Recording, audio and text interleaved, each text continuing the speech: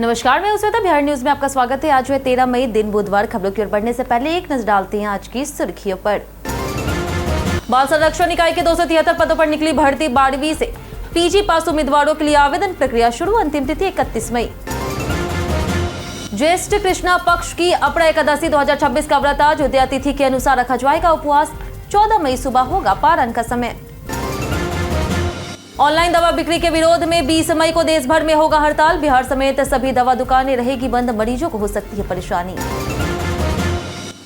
बिहार में farmer registry के दूसरे चरण की शुरुआत। कृषि मंत्री ने पटना में किसानों को सौंपे फार्मर आईडी कार्ड। डिजिटल कृषि व्यवस्था को बताया ऐतिहासिक कदम।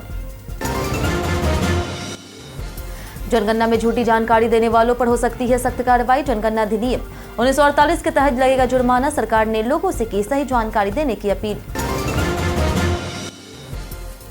बिहार पुलिस में सख्त नियम। दूसरी शादी करने वाले पुलिसकर्मियों पर होगी बर्खास्तगी की कार्रवाई। डीजीपी विनय कुमार ने जारी किए बड़े आदेश। टीम इंडिया में ओपनिंग स्लॉट को लेकर के बढ़ा रोमांच। संजू सैमसन ने ईशान किशन के शतक पर जताई तारीफ। कहा वह टीम में जगह के मजबूत हकदार हैं। चलिए एक नजर डालते हैं आज की 25 बड़ी खबरों की ओर। बिहार बाल संरक्षण इकाई के 273 पदों पर 31 मई तक करे आवेदन। बिहार जिला बाल संरक्षण इकाई ने 273 पदों पर भर्ती निकाली है। आवेदन scps.vacancy.bihar.gov.in पर किया जा सकता है। पदों में सुपरिटेंडेंट के 31 पद, स्टोर कीपर कम अकाउंटेंट के 29 पद, काउंसलर के 28 पद, हाउस फादर या फिर हाउस मदर के 55 पद, पैरामेडिकल स्टाफ के 31 पद, नर्स के 36, स्पेशल एजुकेटर के 36 और बाल कल्याण अधिकारी के 27 पद शामिल है। योग्यता पदानुसार 12वीं से लेकर के ग्रेजुएशन और पीजी तक है। साथ में अनुभव अनिवार्य है। आयु सीमा 18 से 42 वर्ष तक वर्ग अनुसार तय है। चयन इंटरव्यू और मेरिट के आधार पर होगा। वेतन 18,000 से 35,000 रुपए है। आवेदन 11 मई से शुरू हो चुकी है और 31 मई लास्ट डेट है। दस्तावेज में मार्कशीट, प्रमाण पत्र, आधार, फोटो आदि जरूरी है। बिहार में फार्मर रजिस्ट्री के दूसरे चरण की शुरुआत। बिहार के कृषि मंत्री विजय कुमार सिन्हा ने कृषि भवन में फार्मर रजिस्ट्री के दूसरे चरण की शुरुआत की है। इस दौरान पटना के फुलवारीशरीफ प्रखंड के किसानों की फार्मर आईडी बनाई गई है और कुछ किसानों को कार्ड भी सौंपे गए। मंत्री ने इसे कृषि क्षेत्र के लिए ऐतिहासिक कदम बताया और कहा कि इससे किसानों को सरकारी योजनाओं का लाभ सीधे और पारदर्शी तरीके से मिलेगा। उन्होंने इसे डिजिटल इंडिया मिशन का हिस्सा बताया। फार्मर आईडी से किसानों को खाद, बीज, ऋण और अन्य सुविधाएं सीधे मिलेगी, जिससे बिचौलियों की भूमिका कम होगी और व्यवस्था मजबूत होगी। अपरा एकादशी व्रत का ज्वालिसु मुहूर्त। अपरा एकादशी व्रत हर वर्ष ज्येष्ठ मास के कृष्ण पक्ष की एकादशी तिथि को भगवान विष्णु को समर्पित होता है। 2026 में यह व्रत 13 मई बुधवार यानी कि आज है, क्योंकि उदया तिथि उसी दिन पर रही। इस बार सर्वार्थ सिद्धि योग के कारण इसका महत्व और बढ़ गया। पूजा में विष्णु और मां लक्ष्मी की आराधना, व्रत संकल्प, पंचामृत स्नान, भोग और मंत्र जाप शामिल है। व्रत का पारण 14 मई को सुबह 5:31 से 8:14 तक किया जाएगा।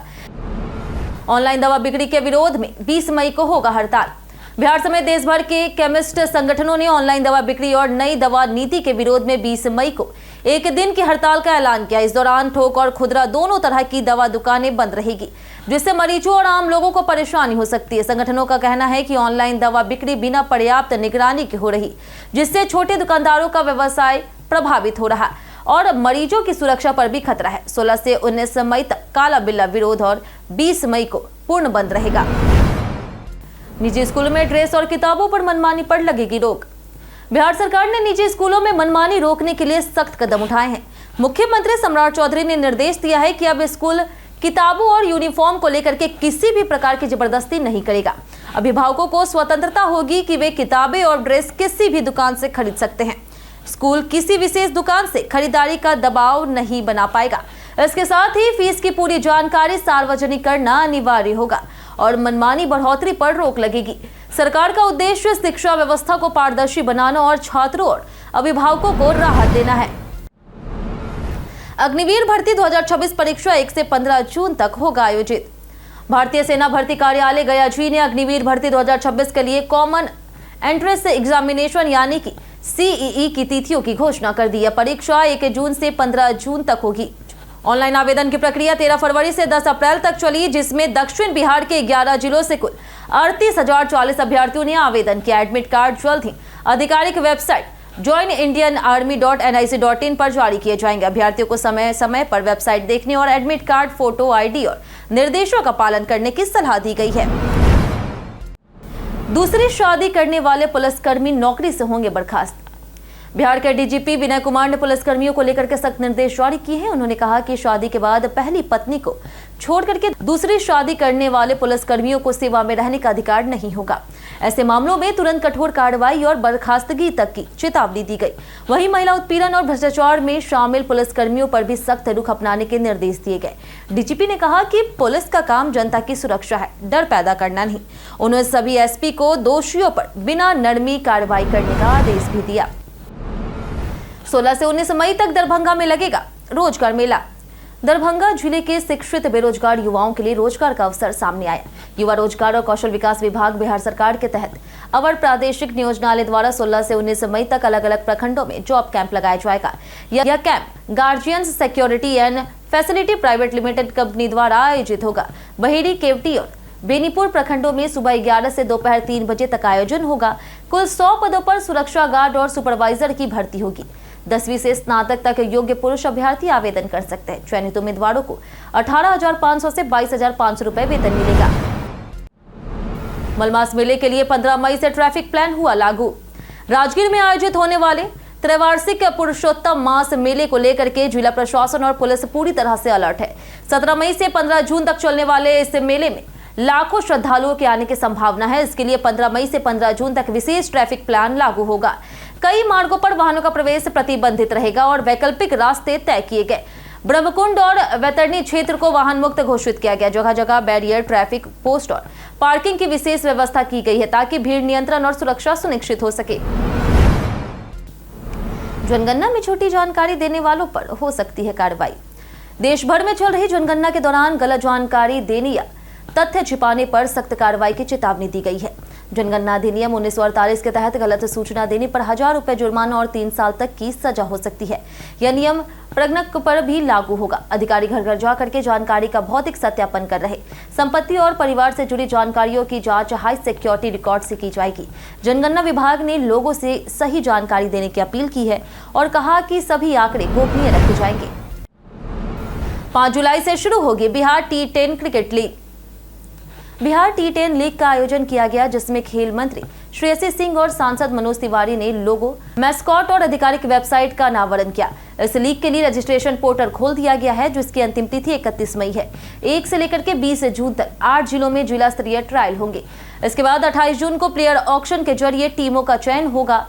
लीग की शुरुआत 5 जुलाई से होगी, जिसमें खिलाड़ियों के साथ कॉन्ट्रैक्ट साइन किए जाएंगे। इससे खिलाड़ियों को आर्थिक लाभ और नई पहचान मिलने की उम्मीद है। भारत नेपाल सीमा पर अवैध घुसपैठ मामले में 4 गिरफ्तार। बिहार के किशनगंज में भारत नेपाल सीमा पर एसएसबी की 41वीं बटालियन ने एक बड़ी कार्रवाई करते हुए 4 लोगों को गिरफ्तार किया, जिनमें 2 थाई महिलाएं, एक नेपाली और एक भारतीय नागरिक शामिल है। यह कार्रवाई दार्जिलिंग के नक्सलबाड़ी क्षेत्र में गुप्त सूचना के आधार पर की गई। इनके पास से कार, मोबाइल फोन, पासपोर्ट और पहचान पत्र बरामद हुए। प्रारंभिक जांच में इनके अवैध प्रवेश और देह व्यापार नेटवर्क से जुड़े होने की आशंका है। सही आरोपियों को नक्सलबाड़ी पुलिस को सौंप दिया गया। बिहटा एयरपोर्ट में एप्रन निर्माण ने पकड़ी तेज रफ्तार। बिहार में हवाई कनेक्टिविटी को मजबूत करने के तहत बिहटा इंटरनेशनल एयरपोर्ट का निर्माण तेजी से जारी है। यहां एप्रन का काम तेजी से पूरा किया जा रहा, जहां विमानों की पार्किंग और तकनीकी संचालन होगा। साथ ही टैक्सीवे का भी निर्माण चल रहा, जो रनवे और एप्रन को जोड़ेगा। लगभग 108 एकड़ में बाउंड्री वॉल बन चुकी है और टर्मिनल बिल्डिंग भी परियोजना का अहम हिस्सा है। 1453 करोड़ रुपए की लागत से बन रहा यह एयरपोर्ट 2027 तक पूरा करने का लक्ष्य है, जिससे पटना एयरपोर्ट का दबाव कम होगा और यात्री सुविधाएं बढ़ेगी। ग्रामीण मोक्षधाम व्यवस्था में बड़ा बदलाव, पंचायत को मिली जिम्मेदारी। सरकार ने ग्रामीण क्षेत्रों में मोक्षधाम, शमशान घाट और कब्रिस्तान व्यवस्था को लेकर के बड़ा बदलाव किया। अब पंचायत स्तर पर वार्ड सदस्य, पंच या फिर वार्ड सचिव को इनका प्रभारी बनाया जाएगा। वे अंतिम संस्कार व्यवस्था, साफ सफाई और मृत्यु पंजीकरण से जुड़े दस्तावेजों की देखरेख करेंगे। मृत्यु प्रमाण पत्र 24 घंटे के भीतर जारी करने की प्रक्रिया को तेज किया गया। डोम राजा को भी जिम्मेदारी दी जा सकती है। सरकार ने प्रत्येक प्रभारी को वार्षिक 2000 रुपए मानदेय और प्रत्येक प्रमाण पत्र पर 100 रुपए भुगतान का प्रावधान किया, जिससे व्यवस्था अधिक सुचारू और पारदर्शी बनेगी। पीएमई बस सेवा फेज 2 में बिहार को मिलेगी 200 बसें। पीएम ई बस सेवा फेज 2 के तहत बिहार में 200 आधुनिक इलेक्ट्रॉनिक बसों का परिचालन शुरू होने जा रहा, जिससे आगे बढ़ा करके कुल 400 बसों तक किया जाएगा। ग्रीन सेल मोबिलिटी को संचालन की जिम्मेदारी दी गई। जून के पहले सप्ताह तक बसें पहुंचेगी और अंतिम सप्ताह तक परिचालन शुरू होने का लक्ष्य है। ये बसें जीपीएस, सीसीटीवी, पैनिक बटन और डिजिटल सिस्टम जैसे आधुनिक सुविधाओं से लैस होगी। चार्जिंग स्टेशन और डिपो का भी विकास किया जा रहा है। इस योजना से सुलभ, सुरक्षित और पर्यावरण अनुकूल सार्वजनिक परिवहन व्यवस्था को बढ़ावा मिलेगा और प्रदूषण में कमी आएगी। जानिए आज कैसा रहेगा बिहार के मौसम का मिजाज। मौसम विभाग के अनुसार अगले 24 घंटों में राज्य के अलग अलग हिस्सों में मौसम अस्थिर रहने की संभावना है। दक्षिण पश्चिम और दक्षिण मध्य भागों में 40 से 50 किलोमीटर प्रति घंटे की रफ्तार से तेज हवाएं चल सकती है और कुछ स्थानों पर बारिश भी हो सकती। उत्तर भाग के जिलों में मेघ गर्जन और वज्रपात के साथ 50 से 60 किलोमीटर प्रति घंटे तक की तेज हवाएं चलने की संभावना है। दक्षिणी जिलों में भी आंधी और बिजली गिरने का खतरा बना रहेगा। अधिकतम तापमान 34 से 36 और न्यूनतम तापमान 22 से 24 डिग्री सेल्सियस के बीच रहने का अनुमान है। बक्सर में 45 लाख की शराब के साथ तस्कर गिरफ्तार। बक्सर में उत्पाद विभाग ने शराब तस्करों के खिलाफ बड़ी कार्रवाई करते हुए वीर कुंवर सिंह चेक पोस्ट पर एक डीसीएम ट्रक से करीब 45 लाख रुपए की विदेशी शराब और बियर बरामद की। ट्रक चालक को गिरफ्तार किया गया। जांच के दौरान 491 पेटियों में कुल 4644 लीटर शराब मिली, जिसे चंडीगढ़ से मुजफ्फरपुर लाई जा रही थी। चालक की पहचान नागपुर निवासी सोनू सिंह के रूप में की गई है। ट्रक और शराब जब्त कर ली गई है। उत्पाद विभाग ने बिहार में अवैध शराब तस्करी पर रोक के लिए अभियान तेज करने की बात कही। यूडाइस पोर्टल समस्या पर पटना में आज से 4 दिवसीय ट्रेनिंग शुरू। पटना में जिला शिक्षा कार्यालय द्वारा यूडाइस पोर्टल पर विद्यार्थियों की अपार आईडी बनाने में आ रही तकनीकी समस्याओं को दूर करने के लिए 4 दिवसीय ट्रेनिंग सेशन आयोजित किया जा रहा। यह प्रशिक्षण 13 मई यानी कि आज से लेकर के 16 मई तक गर्ल्स उच्च माध्यमिक विद्यालय बांकीपुर में होगा। निजी स्कूलों के शिक्षक सुबह 8 बजे से 11 बजे और सरकारी स्कूल के शिक्षक 11 से 1 बजे तक प्रशिक्षण लेंगे। इसमें प्रधानाध्यापक, प्रधान शिक्षक और कंप्यूटर शिक्षक शामिल होंगे। खराब टैब और कंप्यूटर जानकारी वाले कर्मचारी भी लाने का निर्देश दिया गया, जिससे व्यवस्था में सुधार हो सके। जेडीयू कार्यालय में जनता दरबार शुरू, निशांत भी होंगे शामिल। जेडीयू ने पार्टी कार्यालय में जनता दरबार की शुरुआत की है, जहां सोमवार से शुक्रवार तक 3 मंत्री जनता की समस्याएं सुनेंगे और समाधान के लिए संबंधित विभागों को निर्देश देंगे। इस पहल का उद्देश्य सरकार और जनता के बीच सीधा संवाद स्थापित करना है। बुधवार को मुख्यमंत्री नीतीश कुमार के बेटे निशांत कुमार भी जनता दरबार में शामिल होंगे, जिससे राजनीतिक चर्चाएं तेज हो गई। साप्ताहिक कार्यक्रम के अनुसार अलग अलग मंत्री अलग दिनों में लोगों की शिकायतें सुनेंगे। जेडीयू का दावा है कि इससे जनता की समस्याओं का तेजी से समाधान होगा और प्रशासनिक पारदर्शिता बढ़ेगी। तेजस्वी यादव ने पेपर लीक को लेकर के सरकार पर साधा निशाना। पेपर लीक मामले में परीक्षा रद्द होने के बाद विपक्ष ने केंद्र सरकार और भाजपा पर तीखा हमला बोला।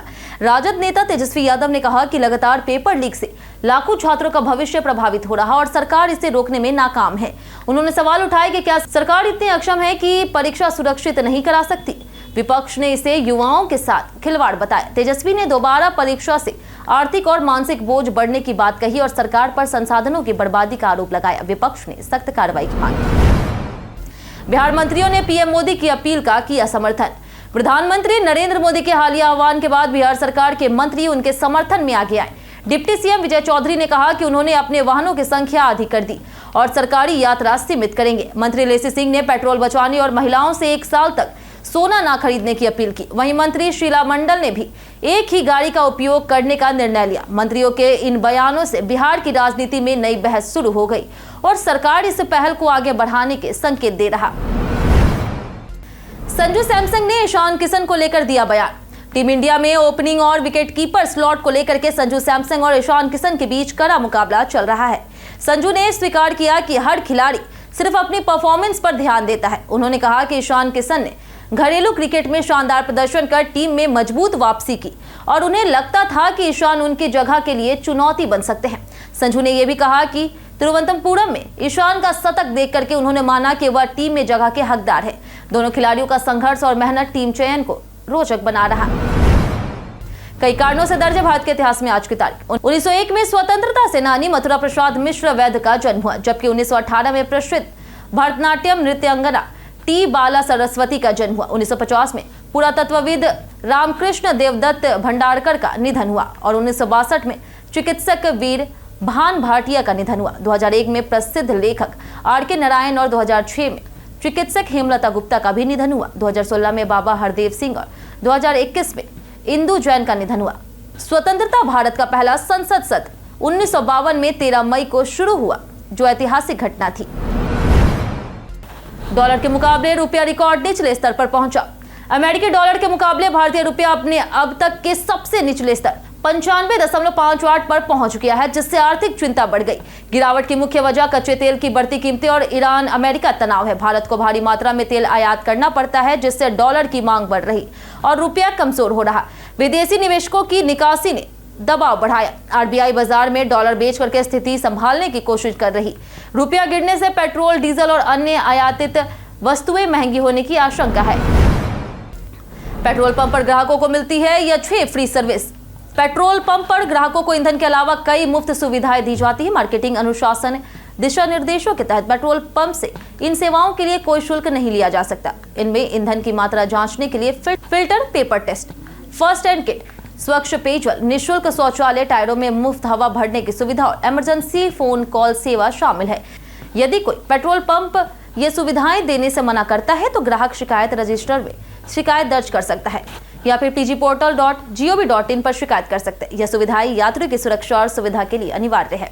हम प्रतिदिन आपसे 5 ऐसे जरूरी सवाल उसके जवाब बताएंगे जो कि बीपीएससी, बिहार पुलिस दरोगा समेत एसएससी जैसे अन्य प्रतियोगी परीक्षाओं में काम आएंगे। सवाल इतिहास, बिहार स्पेशल, विज्ञान, करंट अफेयर्स और भूगोल से रहेंगे। पूछे गए 5 सवाल में आपने कितना सही जवाब दिया ये हमें कमेंट करके जरूर बताएं। तो हमारा पहला सवाल है कि बिहार में अन्य उद्योगों की तुलना में खाद्य प्रसंस्करण उद्योगों की संख्या अधिक कौन सी है? ऑप्शन ए गन्ना, ऑप्शन बी है गेहूं, ऑप्शन सी है मक्का, ऑप्शन डी है चावल। इसका सही जवाब है ऑप्शन डी चावल। हमारा दूसरा सवाल है कि पंचायत समिति की बैठक की तारीख कौन तय करता है? Option A sarpanch, option B है पंच, ऑप्शन सी है ब्लॉक विकास अधिकारी या फिर ऑप्शन डी अध्यक्ष। इसका सही जवाब है ऑप्शन डी अध्यक्ष। पैच। हमारा तीसरा सवाल है कि किस शिलालेख में अशोक को बुद्ध शाक्य कहा गया है? ऑप्शन ए है नेटूर, ऑप्शन बी है गुजरा, ऑप्शन सी है भाबड़ू, ऑप्शन डी है मास्की। इसका सही जवाब है ऑप्शन डी मास्की। हमारा चौथा सवाल है कि सैयद हसन इमाम के मार्गदर्शन में प्रांतीय लीग की शुरुआत किस वर्ष हुई थी? Option A 1930, option B 1926, option C है 1933 या फिर ऑप्शन डी 1921। इसका सही जवाब है ऑप्शन डी 1921। हमारा आखिरी सवाल है कि साहित्य अकादमी द्वारा किसी जीवित लेखक को प्रदान किया जाने वाला सर्वोच्च सम्मान कौन सा है? ऑप्शन ए है साहित्य अकादमी पुरस्कार, ऑप्शन बी है व्यास सम्मान, ऑप्शन सी है साहित्य अकादमी फेलोशिप, ऑप्शन डी है भारत भारती पुरस्कार। इसका सही जवाब है ऑप्शन सी साहित्य अकादमी फेलोशिप। बीते दिन हमारे द्वारा पूछे गए सवाल का जवाब आप लोगों में से बहुत लोगों ने हमारे कमेंट बॉक्स सेक्शन में लिख कर दिया है। जिन्होंने हमारे द्वारा पूछे गए सवाल का जवाब दिया उनके नाम है संजय कुमार, कृष्णा कुमार, विजय घायल, लक्ष्मी मेहता, अतीक खान, हरेंद्र सिंह, राजीव राय, अमृता कुमारी, सभ्या झा, प्रीति भारती, विनोद शाह, कौशलेंद्र सिन्हा, रवि मोहन वर्मा, जानकी कुमारी, अभिनंदन कुमार, दीनानाथ सिंह, रवि पूजा, रंजन आर्या, मंजीत कुमार, खुर्शीद आलम, रमेश यादव, रूपा पाल, जयवीर झा, साधना देवी, हिमांशु शर्मा, मिंटू सोनी, राजीव कुमार, दयानंद सिंह, नौशाद रजा, राजकिशोर महतो, सनोज कुमार, मनोज दास, अर्जुन प्रसाद, रंजीत मिश्रा, अनवर करीम खान, विशाल यादव, उर्मिला कुमारी, राजेश कुमार शर्मा, अशोक कुमार, आयुष राणा और पंचनंद सिंह। इसी के साथ बढ़ते आज के सवाल क्यों आज का सवाल है पीएम की पेट्रोल डीजल कम यूज करने की अपील पर आपकी क्या राय है? इससे आम जनता पर क्या असर पड़ेगा? आप अपना जवाब हमें हमारे कमेंट सेक्शन में लिखकर जरूर बताएं। आज के लिए इतना ही। बिहार की तमाम खबरों के साथ बने रहने के लिए देखते रहे बिहारी न्यूज और साथ ही अगर यूट्यूब चैनल पर देख रहे हैं चैनल को सब्सक्राइब कर दें और अगर आप फेसबुक पेज पर देख रहे हैं तो लाइक और फॉलो जरूर करें।